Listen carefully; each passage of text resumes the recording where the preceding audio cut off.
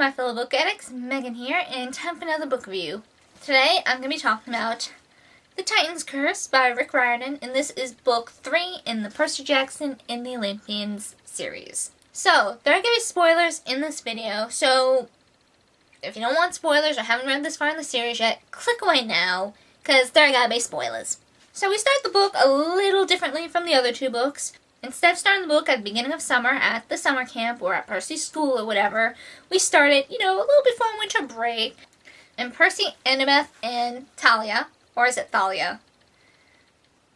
I don't know. I used to read it as Thalia, but then people told me it's Talia.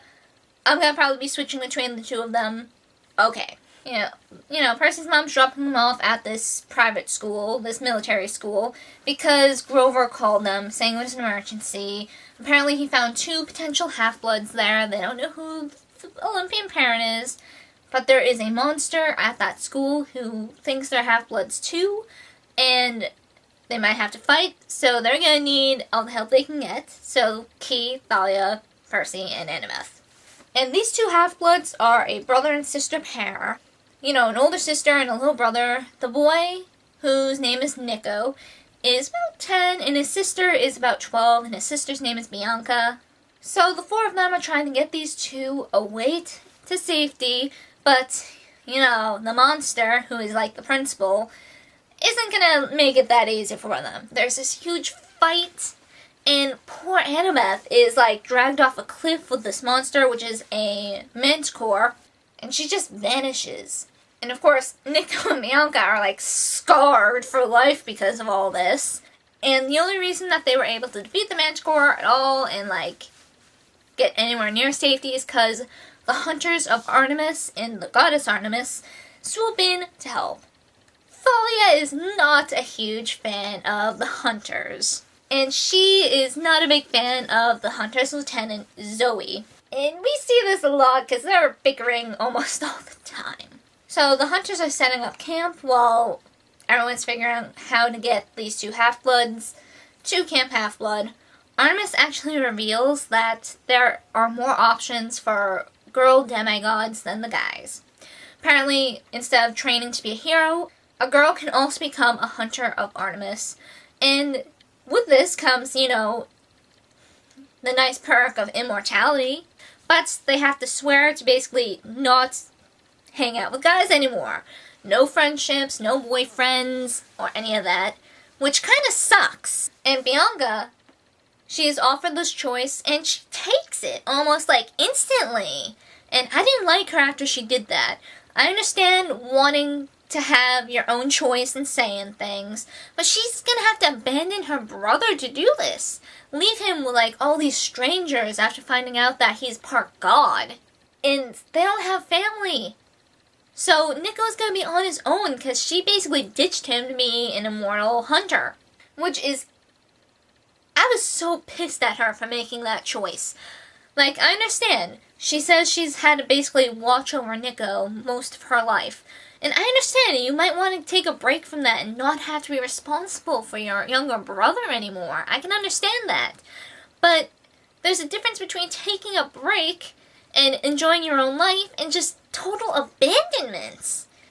And he is upset beyond all belief, which I cannot blame him. He's just a 10-year-old kid, orphaned, no other family, and the one family member he had just left him. Way to go, Bianca. Way to go. Artemis is going to go off because she's sensed these monsters that she has not sensed in millennia. So she's going off on her own to try and find this big monster. And she's leaving her hunters at Camp Half-Blood where they will be safe. The hunters aren't too pleased about this. And a lot of the campers aren't either because the hunters are a little stuck up in my opinion. So Percy's having these dreams, and apparently Annabeth is all the way on the opposite side of the country, and she was tricked into taking on the job of Atlas, holding up the sky. And holy crap, she ends up holding up that sky for days before the Titan side manages to catch Artemis and basically give her a choice. Leave Annabeth to keep on holding up the weight of the world, and she'd die if she had to keep on holding it up, because she's been holding it up a surprisingly long time to begin with for this half-mortal girl. So if she has to hold it up any longer, she's gonna get killed by the stress and weight of the world. So she can either let Annabeth die, or she can take on the weight herself. So she, being, the patron goddess of maidens, is not gonna leave this little girl to die. So she goes and takes on the weight, and Annabeth is held prisoner by the Titan's side. Things going on at camp. The Oracle gives this prophecy, like in the middle of a capture the flag game. And that's a big deal because she never leaves the big house. So they decide to send people on a quest. And this quest is a little odd. Normally they don't let more than 3 people out on a quest because 3 is a good number. But this quest calls for 5.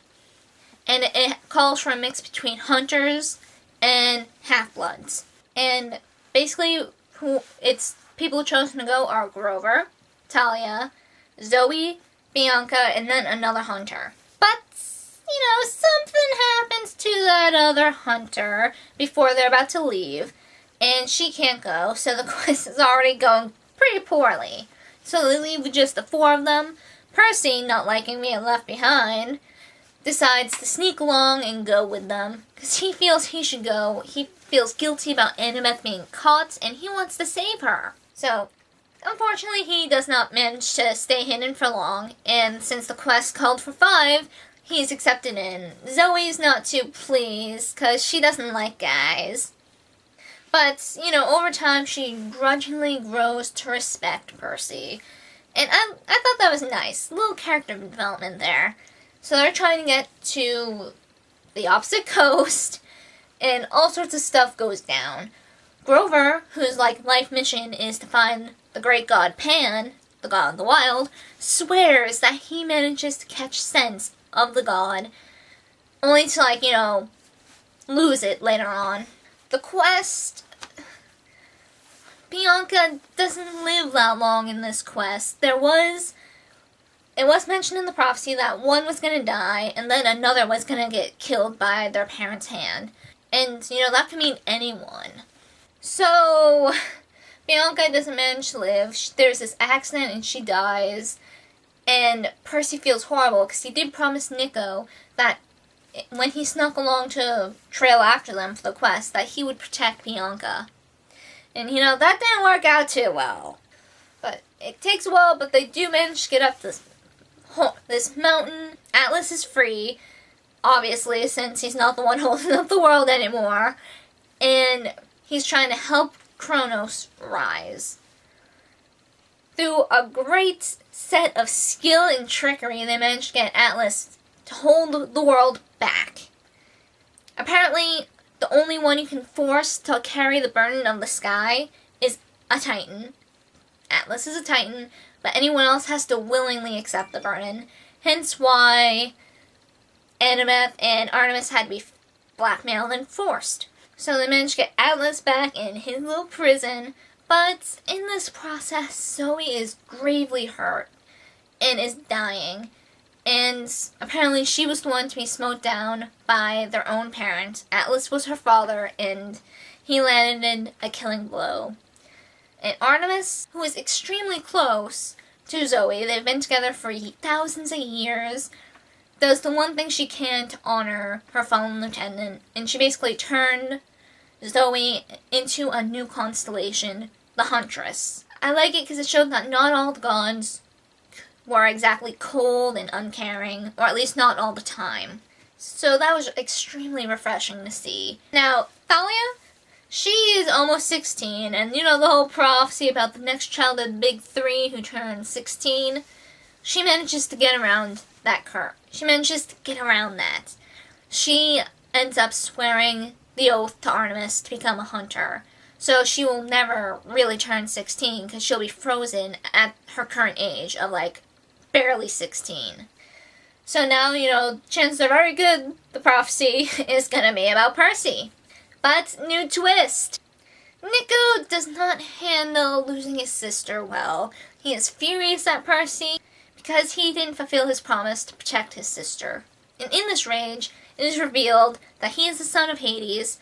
So there's another child of the big 3 that could possibly be part of the prophecy. Sure, it'll take another 6 years for him to be able to qualify, but it's not good, especially since he's so full of this hatred right now. So the only people who know about Nico are Percy, Annabeth, and Grover. They tell no one else because they feel that would be the safest course of action, especially since Nico runs off and they can't find him after. And Percy's 13 in this book, so he only has like 3 more years until we find out whether the prophecy is about him or not, and whether he is the bane or the savior of Olympus. So the clock is ticking. So that's it for this book review, and I will see you guys next time. Keep on reading, my fellow book addicts. Keep on reading.